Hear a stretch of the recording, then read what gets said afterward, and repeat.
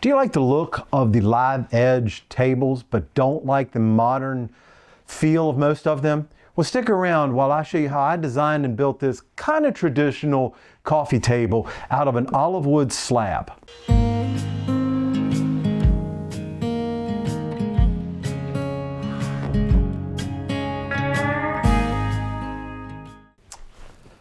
Our home has sort of an arts and crafts feel to it mostly, and the live edge does kind of fit to that idea of the arts and crafts look, but most of the live edge tables you see have a very modern feel to it.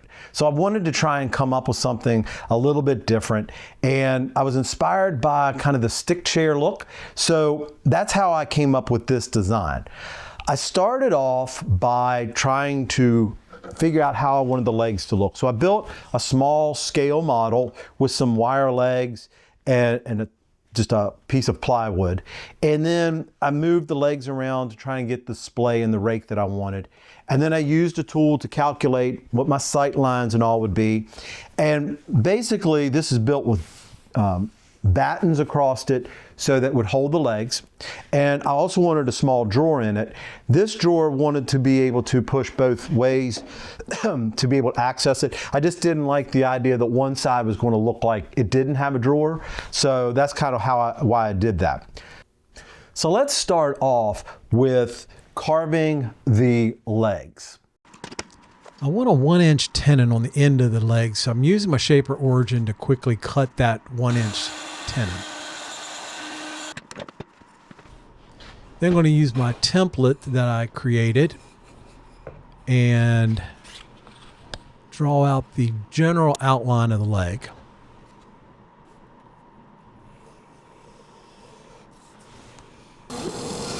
Now I can bandsaw the leg shape, cutting it once, then taping the scraps on it, and then I can take it, turn it 90 degrees and cut the other side. Now I'm going to use the draw knife and spoke shave and pretty much any tool that will get me where I want it to go. I've used a plane a couple times, basically just trying to get it down to shape. Then I'm going to mark out those battens with the sight lines to drill the leg holes with. I'm going to use a drill guide to get the right angle. Kind of made it so easy it seemed like cheating. I hope you're enjoying this video, and if you do, please like and subscribe. We really appreciate it.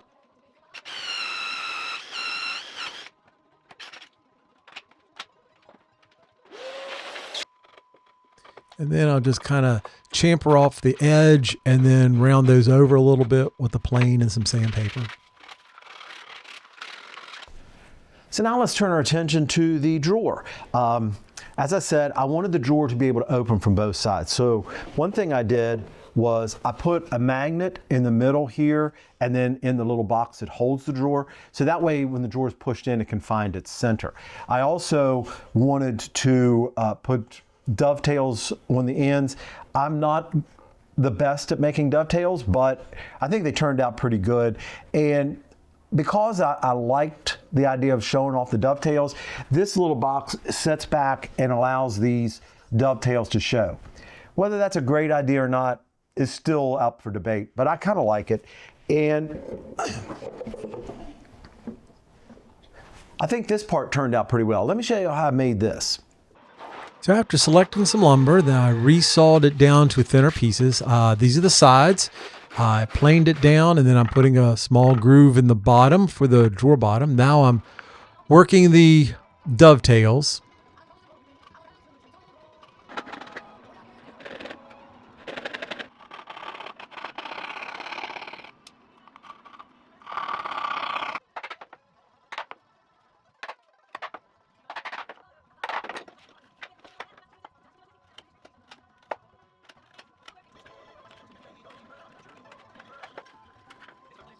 And then I'm kind of making sure they fit.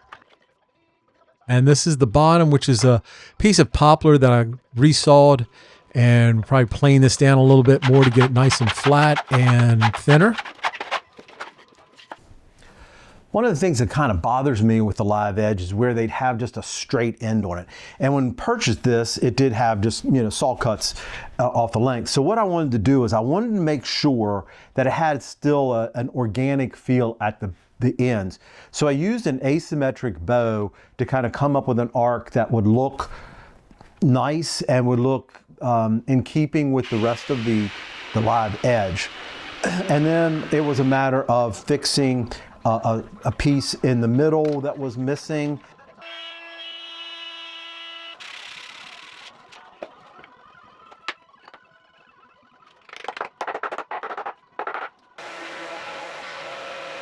And also trying to fill any cracks or issues that the board might have. There were a few of those that I filled, but I didn't really want to put a lot of epoxy on this table. So that's why I used a Dutchman to close up this one opening here. I used a draw knife to knock off the bark and kind of soften some of the edges with a bow sander. So then it came time to try and figure out this shelf at the bottom. Originally, I had thought of putting stretchers like a chair, and I then kind of came up with the idea that maybe a small shelf would be useful at the bottom. So that's why I came up with this idea. Let me show you how I did that. So what I've done here is I've made a stretcher with the carved sides just like the legs, but I've put these slots across here, 8 slots, and I've used my domino joiner to cut those slots. And then I'll make slats the same size as those dominoes to fit in there and stretch across. Now, what I wanted to do is make sure these matched. So I took a large piece of wood, or a wider piece of wood, and then I marked off my length and where my tenons are going to end, and then a line for each of the slots. So this is doing 2 things. One, by marking them all at one time and then cutting them out, A, I've made sure that they match each other, and B, this wider board gives me more reference surface to put the domino jigs, so it's a little safer to use, rather than trying to do it on a little 1-inch piece. So I'll cut the slots, then I'll rip this out, and then I'll carve it. I'll put the tendons on it first, and then I'll carve it all out. So I started off bringing down the corner with the draw knife. Then I'm using a chamfering bit to get the edge down a little bit so I can get this tenon drill on there and cut off that round tenon. Now using the same methods as I did on the legs, I'm going to bring this stretcher down to shape. And then I cut these little slats and I'm just fitting those.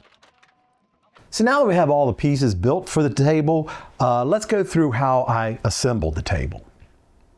Since I couldn't find the right stain color, I decided to mix my own stain, but using shellac with some burnt umber pigment and some mission colored dye. And then I'm using a little magnetic stir here to get it nice and mixed up. This kind of gives me the advantage of being able to stain it and finish it at the same time. Now for the top, I used a wipe-on polyurethane with no stain whatsoever.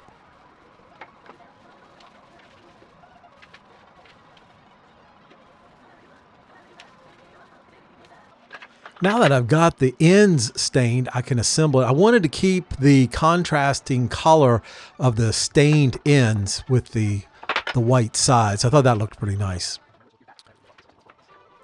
Just simple assembly. And then I had turned some knobs for the end of it and just put a saw kerf in them to accept a wedge. And that'll hold them in place. As you can see, there's a knob on each side. Then for the box to hold the drawer, I'm going to put a small rabbet on the side and then glue the sides in place. Now this is ash. I'm using those clamp or L brackets to clamp it square. And I've already put the magnet on the side. Needed a few clamps. And just trimming up the corners with a round over bit. Now I'm using the domino to go all the way through this, put a small one in there to hold like a Z-clip. And here are some wooden nails to hold the bottom on. Kind of not probably needed, but it'll be a nice little extra strength.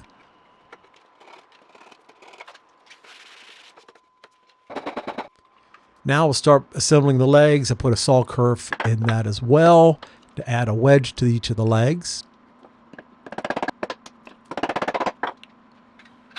Saw that off and then I'll plane the bottom.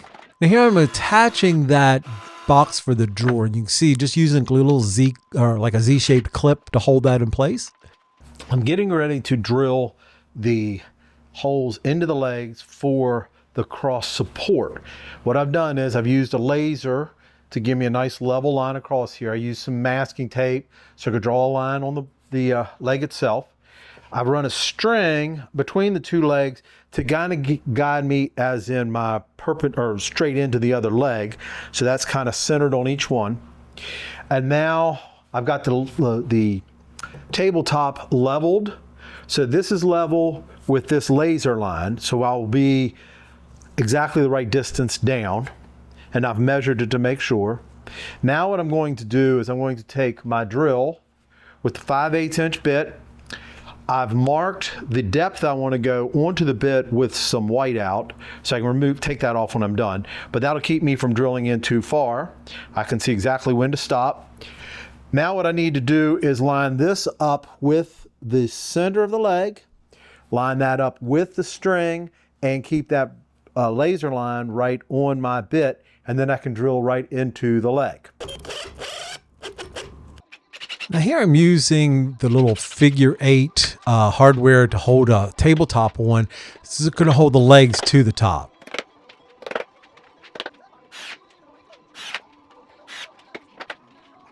Now we're going to get the legs attached. I'm going to attach just one side first. Then I'm assembling the slats for the shelf. And then I'll attach those to one side of the legs. Get those glued into place, and then I will put the other set of legs on.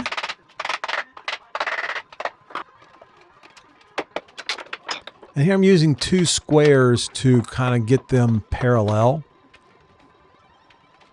And I'll get that other set of legs screwed down. Now it's a matter of getting the legs even. So what I'm going to do is I've leveled it up on my table saw and marked off each of the legs and then saw those off square.